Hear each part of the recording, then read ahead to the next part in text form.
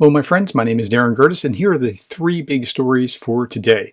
So the first is this. There was a drone strike at Zaporizhzhia nuclear power plant. The UN nuclear watchdog head condemns the drone strike at Zaporizhzhia nuclear power plant.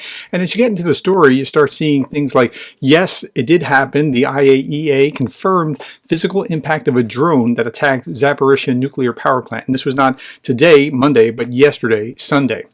As you read into it, you find things like this. Russia on Sunday said that a drone attack hit the Moscow-controlled Zaporizhzhia nuclear power plant, and of course they blamed Ukraine for that. The Ukrainian, quote, the Ukrainian armed forces attacked the dome of the 6th power unit of the Zaporizhzhia nuclear power plant.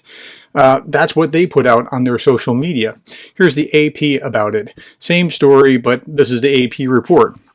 Russia and Ukraine are trading fresh accusations over renewed threats to Europe's largest nuclear power plant that's been caught up in the war. Moscow is alleging that Ukraine was behind the drone attacks on the facility that were witnessed by UN inspectors, and Kyiv accusing Russia of disinformation tactics.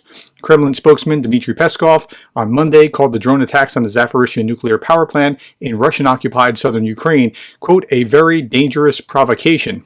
This is a very dangerous practice that has very bad negative consequences in the future, Peskov said. Well, I agree, it's a bad practice, but who did it? It doesn't seem like Ukraine wants to create a nuclear disaster on their own territory, and what we saw from the dam being burst is that Russia doesn't seem to mind. I can't prove that it was Russia, but I'm not sure who actually did it. Anton Gershchenko, Donald Trump has repeatedly said that he can end Russia's war in Ukraine very quickly. According to the Washington Post, here's how he plans to do it. He proposes to force Ukraine to give up Crimea and Donbass. Now, where did he get this idea? It came from this Washington Post article, and I went over this yesterday in my three big stories. So go back just yesterday to three big stories, the one that starts with Budanov, and you'll see me go over that. A little bit more from Gershchenko.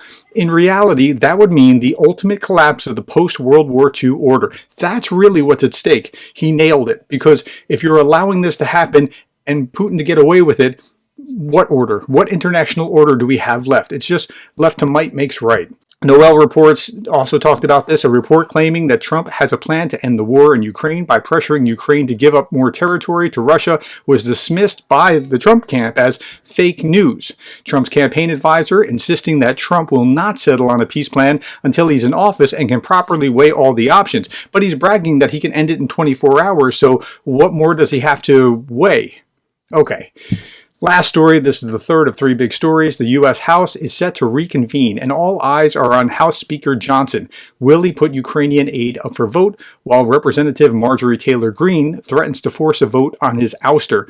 So remember, before he left, she put this thing forward. She can pull it out at any time that will call a vote to vacate the Speaker's seat.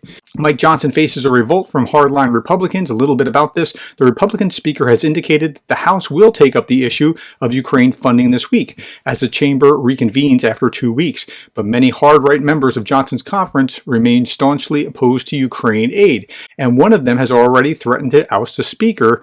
Okay, and we know who that is. Jay in Kyiv says the full force of Putin's troll factory is now attacking Speaker Johnson, and I think that's right. I did this video about how Russian trolls are targeting the U.S. support for Ukraine. This was just today, so if you go back into this video, and this video is what perhaps the most important video I've done in the entire time that I've done this, so please check out this video next. Russian propaganda infects Congress, according to two Republican chairs in Congress. Chairman of the Foreign Relations Committee and the Intelligence Committee are saying this. And I go over that Washington Post article in the process. So what Russia is doing is generating fake news. And you have to understand how it works. It's not what you think it is. Please go watch that video. Thank you for your time. Thank you for the likes, the shares, the subscribes, and the coffees. And thank you for being the kind of person that cares about Ukraine.